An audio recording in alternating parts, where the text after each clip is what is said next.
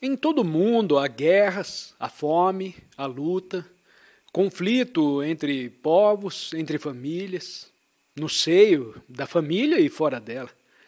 Há discórdia entre brâmanes e não brâmanes, entre hindus e europeus, entre japoneses e americanos, e etc.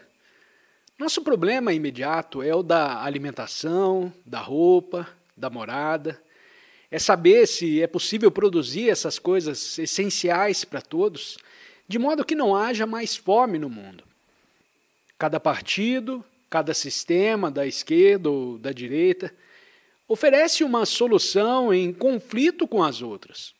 E vocês e eu nos achamos igualmente no meio da luta, politicamente, economicamente e socialmente. Nossa existência é uma luta constante para manter a nossa posição, para ganhar dinheiro e conservá-lo em nossas mãos. E nos vemos assediados por inúmeros outros problemas. O problema da morte e do que acontece após a morte.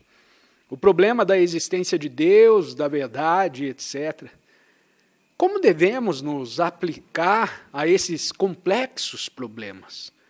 Todos os intelectuais que se têm ocupado com esses problemas e tentado nos mostrar o caminho têm falhado. É esta a calamidade da moderna civilização, não acha?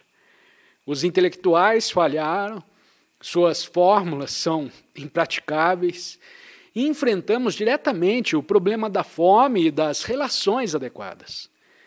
O que nos interessa, pois, é a ação, nossas relações, o descobrimento de uma nova maneira de encarar esses problemas. Já vimos que se os encaramos de acordo com as velhas e habituais diretrizes, não conseguimos nenhuma modificação fundamental, mas apenas mais confusão. Como então encarar esses problemas de uma forma nova? É bem óbvio que não podemos ficar à espera de alguém, um guru ou guia que venha resolver nossas dificuldades. Isso é infantil, é um modo imaturo de pensar. A responsabilidade é sua e minha, e uma vez que falharam os chefes e os guias, uma vez que nenhuma significação tem as fórmulas e os sistemas, não podemos ficar sentados como espectadores, à espera de que nos digam o que fazer. Assim, de que maneira devemos proceder com relação a esses problemas? Antes de agir, precisamos saber pensar.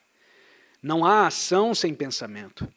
A maioria de nós, porém, age sem pensar, e o agir sem pensar nos trouxe a essa confusão. Portanto, precisamos descobrir como pensar antes de saber como agir. Vocês e eu precisamos encontrar a maneira correta de pensar, não acha? Se nos limitamos a citar o Bhagavad Gita, a Bíblia ou o Alcorão, isso não tem significação. Citar o que outra pessoa disse não tem valor algum. Repetir uma verdade é o mesmo que repetir uma mentira. Com o repetir, pensamos ter resolvido o problema e isso é um absurdo. A autoridade moderna ou antiga não tem relação alguma com o pensar correto. Só quando vocês e eu descobrimos a maneira de pensar corretamente, estaremos aptos a resolver os formidáveis problemas que nos desafiam. Se esperamos que outros façam esse trabalho para nós, esses outros se tornarão nossos chefes e nos levarão, como sempre, ao desastre. Como começar a pensar corretamente? Para pensar corretamente, precisa conhecer a você mesmo, não acha? Se não conhece a você mesmo, não tem base para pensar corretamente. E, portanto, o que pensar não terá valor. Você não é diferente do mundo. O problema do mundo é seu problema e o seu processo individual é o processo total do mundo. Isso é, você criou o problema, que tanto é individual como universal. E para produzir a ação correta que o resolverá, deve ser capaz de pensar corretamente. E para pensar corretamente, é bem óbvio que precisa conhecer a você mesmo. Nessas condições, nosso interesse principal não é a mera salvação pessoal, mas saber pensar corretamente, mercê do autoconhecimento. Os indivíduos criam um mundo. O indivíduo, portanto, é de suma importância. Vocês e eu somos responsáveis pela brutal confusão reinante no mundo. Patriotismo, choque das nacionalidades, discórdias absurdas entre pessoas. Examinaremos tudo isso mais tarde, mas é perfeitamente claro que vocês e eu somos responsáveis pelos sofrimentos do mundo, e não uma força misteriosa qualquer.